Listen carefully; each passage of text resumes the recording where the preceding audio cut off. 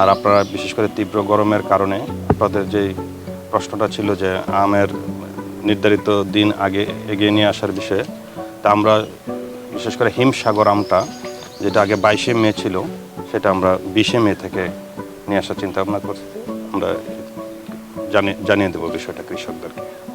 আর আমের সরবরাহ এবং বাজারজাতকরণে যাতে কোনো বিঘ্ন না হয়, এই দিকটা আমরা বিশেষ করে আইন শৃঙ্খলার দিকটা আমরা খেয়াল রাখবো। এবং আম চাষিরাও বলেছে যে তাদের বাজারজাতকরণে আপাতত কোনো প্রতিবন্ধকতা তারা দেখছে না। ধন্যবাদ সবাইকে। এই চুয়াডাঙ্গা জেলায় 2300 হেক্টর জমিতে এই আম উৎপাদন হয়েছে।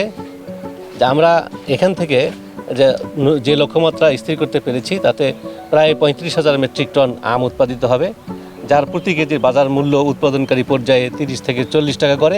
সেই হিসেবে মোটামুটি একটা ভালো অ্যামাউন্ট তারা পাবে আর কি, যেহেতু 30 থেকে 40 টাকা কেজি আর কি। এরপরে পাইকারি রেট আছে, তারপরে খুচরা রেট আছে, সেটা সেইভাবে নির্ধারণ করতে পারবে।